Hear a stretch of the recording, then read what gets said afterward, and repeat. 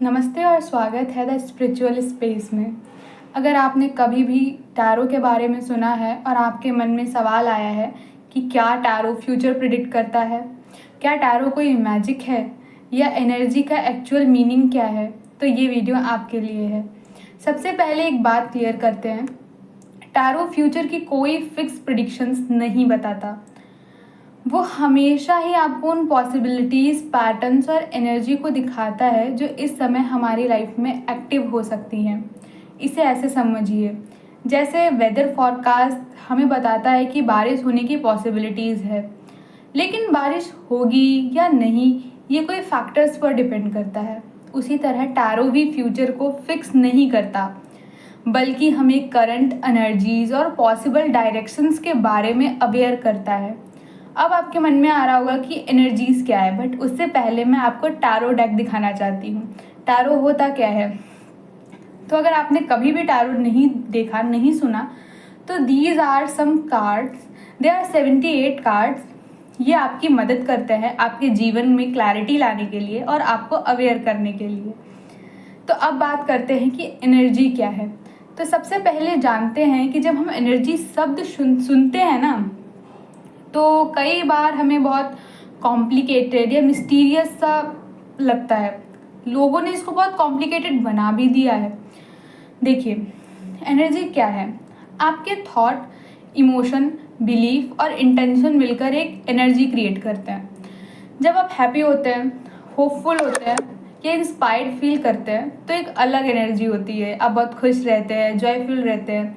पर वहीं पर अगर आप फियर, कंफ्यूजन या स्ट्रेस में होते हैं तो एनर्जी अलग होती है। आप थोड़े डल, थोड़े सैड से रहते हैं, और यही एनर्जीज हमारे डिसीजन और एक्सपीरियंस को प्रभावित कर सकती हैं।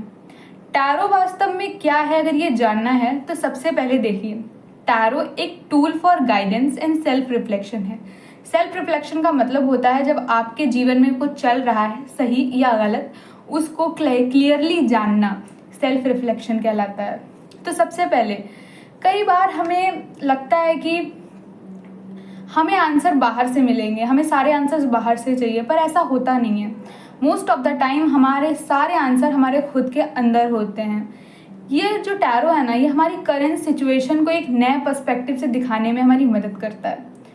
लेकिन एक बात हमेशा याद रखिए, आपके जीवन में कभी भी किसी कार्ड से कुछ निर्धारित नहीं किया जा सकता, बल्कि आपके चॉइस, एक्शंस और फ्री विल से ही सब कुछ बनता है।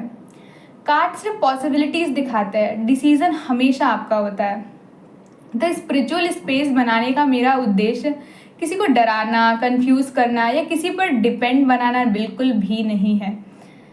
मैं चाहती हूँ कि स्पिरिचुअलिटी सिंपल लगे, हीलिंग आपको लाइट फील हो और लोग अपनी लाइफ को ज़्यादा अवेयरनेस और क्लैरिटी के साथ देख सकें। क्योंकि मेरा मानना है कि हम हमेशा जो है ना आंसर बाहर ढूंढते हैं, बल्कि सारे आंसर्स हमारे अंदर होते हैं। सारे आंसर्स हमारी खुद की आत्मा हमें देती है, हम सुन नहीं पाते।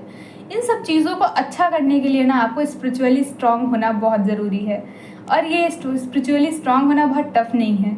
द स्पिरिचुअल स्पेस चैनल आपको इसी चीज़ के लिए मदद करेगा।